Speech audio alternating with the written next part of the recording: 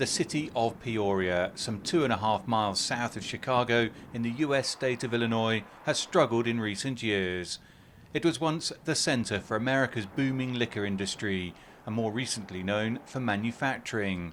But over the last 10 years, it has become one of the country's fastest shrinking cities.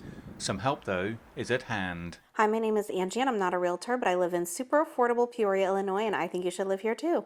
Angie Ostachevsky is a 32-year-old energy consultant. She moved to Peoria around 10 years ago. In 2017, she purchased her first home for just $33,000.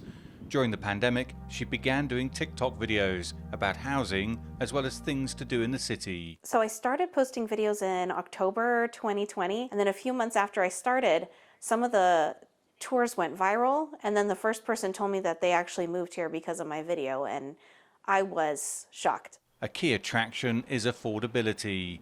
Data from real estate firm Zillow shows the nationwide value of a typical home to be more than $328,000.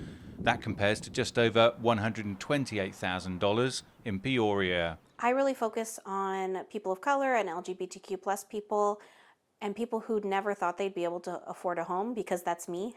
I represent all those groups, and I think a lot of people who fall under those categories don't think of a Midwestern, mid-sized city as a place where they could belong. Tao Lu is living some 3,200 kilometers away in Seattle.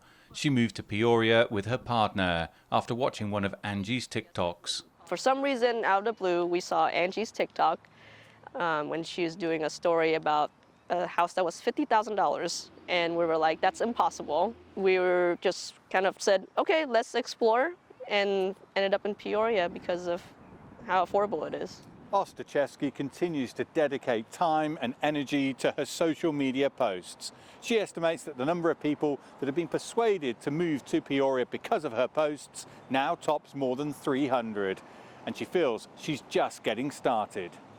Ostachevsky also hosts transplant welcome parties for newcomers, and she feels there are lessons here for struggling cities and regions around the world. How do you market to someone who might want to move? How do you even find that person out there in the abyss of the internet and talk to them about your community? But TikTok has allowed me to do that. We have the power to make it better, so let's do it.